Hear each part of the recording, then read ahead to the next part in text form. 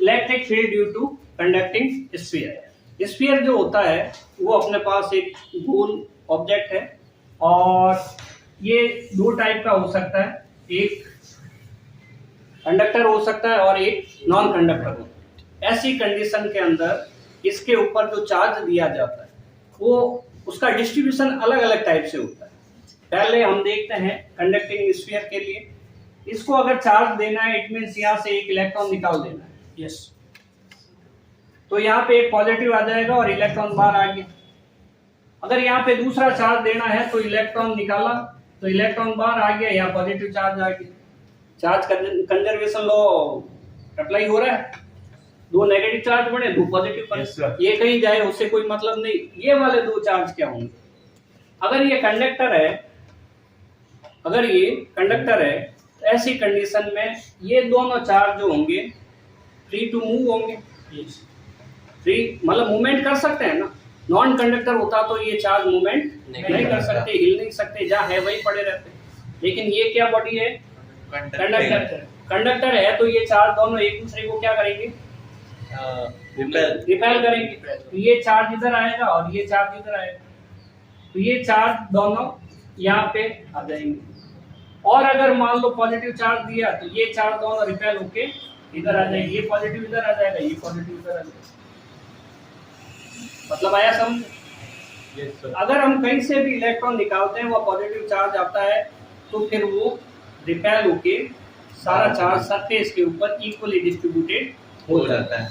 अगर हम देखें कि ये चार्ज यहाँ आया है तो ये भी अरेंज होएगा इससे डिस्टेंस है और इससे डिस्टेंस है, मतलब ये चार्ज यहाँ नहीं रहेगा, यहाँ पे आ जाएगा। सही है, तो यहाँ से एक कंक्लूजन निकला कि कंडक्टिंग बॉडी है उसको अगर स्फीयर है तो हम उसको चार्ज देंगे तो वो सारा चार्ज उसके क्या आएगा, सरफेस पर आएगा। और यही अगर नॉन कंडक्टिंग है और यहाँ पे हमने चार्ज दिया इसको, ठीक है, अभी बॉडी को हमने क्या माना है, नॉन कंडक्टर को, ठीक है। ऐसी कंडीशन में जब इसको चार्ज दिया जाता है तो ये क्या मूवमेंट कर पाएगा, ठीक है। ये बॉडी नॉन कंडक्टर है और चार्ज को अलाउ नहीं करती है मूवमेंट के लिए। अगर मूवमेंट के लिए अलाउ नहीं करती है तो चार्ज जहाँ पे है वहीं पे रहेगा। क्या इनके बीच में रिपल्सन लगेगा, रिपल्सन तो लगेगा, लेकिन क्या ये मूव कर सकते हैं, नहीं कर सकते। हम अगर किसी बॉडी के यहाँ फोर्स लगा रहे और इसमें मूवमेंट नहीं है, इसका मतलब ये थोड़ी हम फोर्स नहीं लगा रहे, फोर्स तो अप्लाई हो रहा है लेकिन मूवमेंट नहीं है, रीजन कोई और हो सकता है, ठीक है। तो यहाँ पे ये जो चार्ज है इसमें रिपल्सन तो है लेकिन इनमें मूवमेंट नहीं, मूवमेंट नहीं होने के कारण ये चार्ज जहाँ पे आए हैं वहीं पे चार्ज रह जाएंगे। तो अगर नॉन कंडक्टिंग बॉडी है, स्फीयर है, तो उसके अंदर जो चार्ज होगा वो टोटल वॉल्यूम के अंदर इक्वली डिस्ट्रीब्यूट हो जाएगा। समझ में आई? तो दो पॉइंट यहाँ पे हमारे क्लियर हुए। अगर ये कंडक्टर है स्फीयर तो सारा चार्ज उसकी सरफेस के ऊपर आएगा, इक्वली डिस्ट्रीब्यूट होगा। और अगर ये नॉन कंडक्टर है तो सारा चार्ज उसके वॉल्यूम के अंदर इक्वली डिस्ट्रीब्यूटेड होगा। सही है, तो एक बात ये क्लियर, ठीक है। तो हम इसका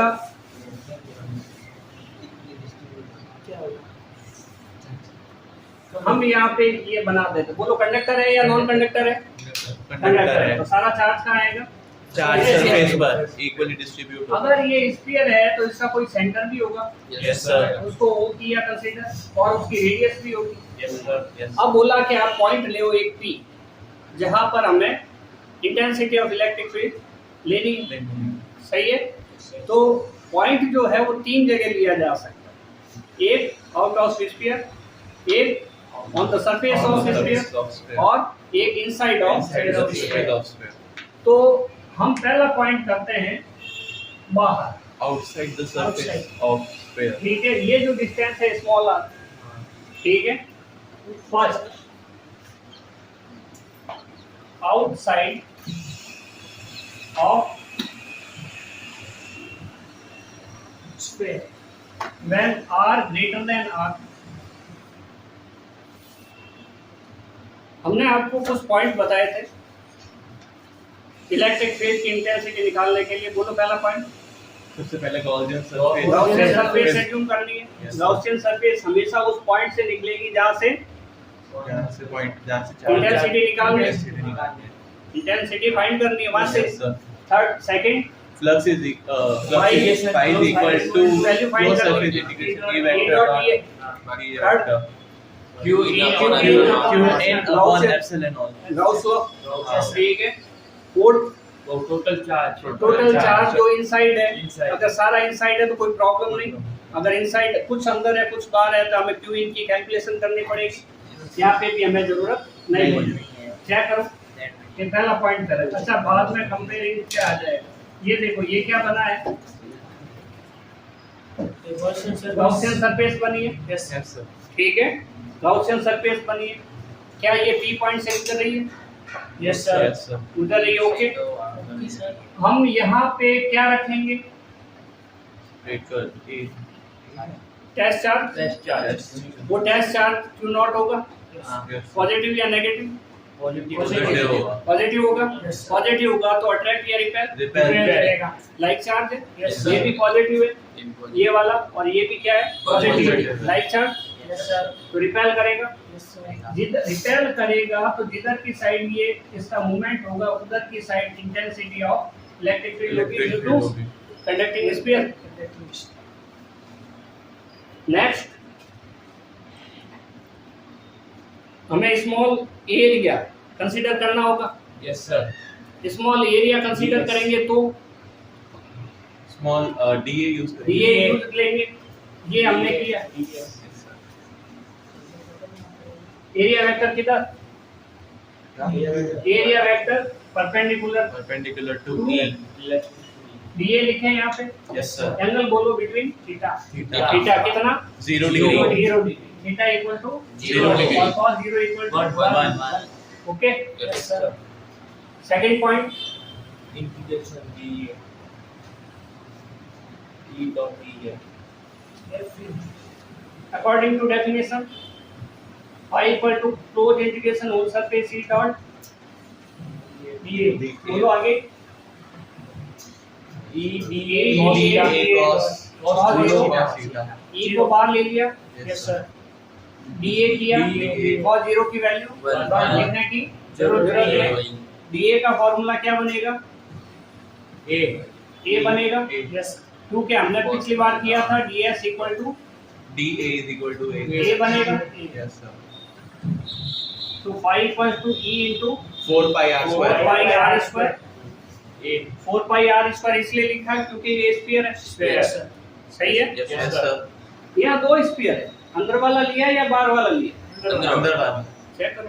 बार स्मॉल आर, small r है स्मॉल आर रेडियस किसकी है, बाहर वाले गॉसियन सरफेस, ठीक है। जो गाउस का स्फीयर बना है उसकी है, ये भी एक गोला होगा, स्फीयर जैसा होगा।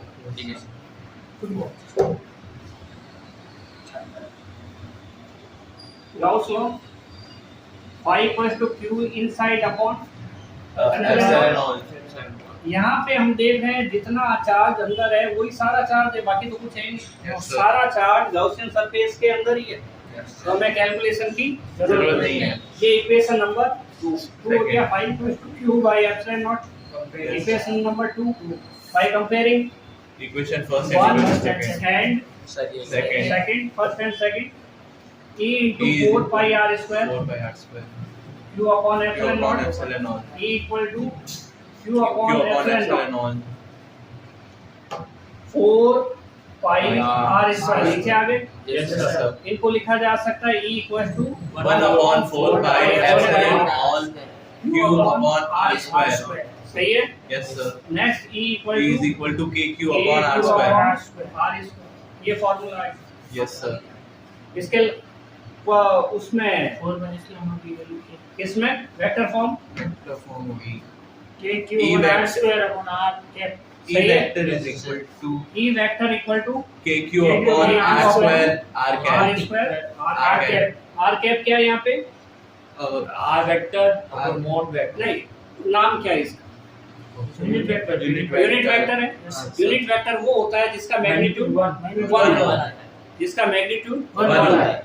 फॉर्मूला बोलो इसका, r cap equal to R R vector upon modulus of R. सही है, मॉड्यूलस R बोलो या फिर R वेक्टर अपॉन R बोलो, एक ही चीज है। Yes, sir. Second, E vector equals to KQ KQ upon upon R square. R vector upon R, सही है। Yes, sir. E vector equals to KQ upon R cube R vector. R vector, ठीक है। Yes, sir. ये दोनों ही vector form में इसकी, Yes, sir. ठीक है। तो ये हमारे पास हुआ। देखो अगर बिल्कुल ध्यान से देखें तो सेम टू सेम है, कोई ऐसा Yes, sir. चेंज नहीं है। Point charge, Yes, sir. अगर हमने ये पॉइंट चार्ज याद कर लिया तो ये भी याद हो जाएगा। Yes, sir. बिल्कुल सेम है, ठीक है। नेक्स्ट, यहाँ से एक कंक्लूजन ये भी निकलता है कि ये जो स्फीयर है, जो चार्ज डिस्ट्रीब्यूशन है, वो सारा ऐसे एक्ट करता है जैसे ये पॉइंट चार्ज, क्योंकि फॉर्मूला सेम है। Yes. अगर फॉर्मूला सेम आया तो ये किस टाइप से है? पॉइंट चार्ज के Point charge. ठीक है। इसका बी पॉइंट करते हैं हम, इसका बी पॉइंट करते हैं कि जब पॉइंट कहाँ पे हो? On the surface. ठीक है। तो सेकंड पॉइंट करते हैं कि On the पॉइंट कहाँ हो? On the space. On surface. Then R equals to R, ठीक है। ये ओके, समझ में आ गई बात। अब हम क्या काम करेंगे, इस P पॉइंट को यहाँ पे लेंगे। अगर यहाँ पे लेंगे तो ये चीज हटा दो, Imaginary surface. इस पॉइंट को यहाँ से हटा दो, ठीक है। तो P पॉइंट अगर यहाँ पे है तो हमें क्या करना पड़ेगा, ये गॉसियन सरफेस इसके ऊपर ऊपर लेनी पड़ेगी। Yes, sir. ये जो अभी डॉट डॉट में बन रही है वो इमेजिनरी सरफेस है और गॉसियन सरफेस कहते हैं, ठीक है। तो फिर हमें पॉइंट यहाँ लेना होगा। ये E वही रहेगा और DA वही रहेगा। एंगल भी theta equal to 0 degree, cos 0 is equal to 1। क्या ये बिल्कुल सेम नहीं रहेगा? अगर सेम रहेगा तो ये सारा कुछ वैसा का वैसा है, वापस डिराइव करने की जरूरत नहीं है। आप लोग इसी के अंदर एक नेक्स्ट हेडिंग यहाँ लगा लो, ये 2 number, on surface when R equals to R। और ऐसी कंडीशन में आप लोग इसके आगे नहीं करेंगे। यहाँ लिख सकते हो कि for surface R equals to R होगा,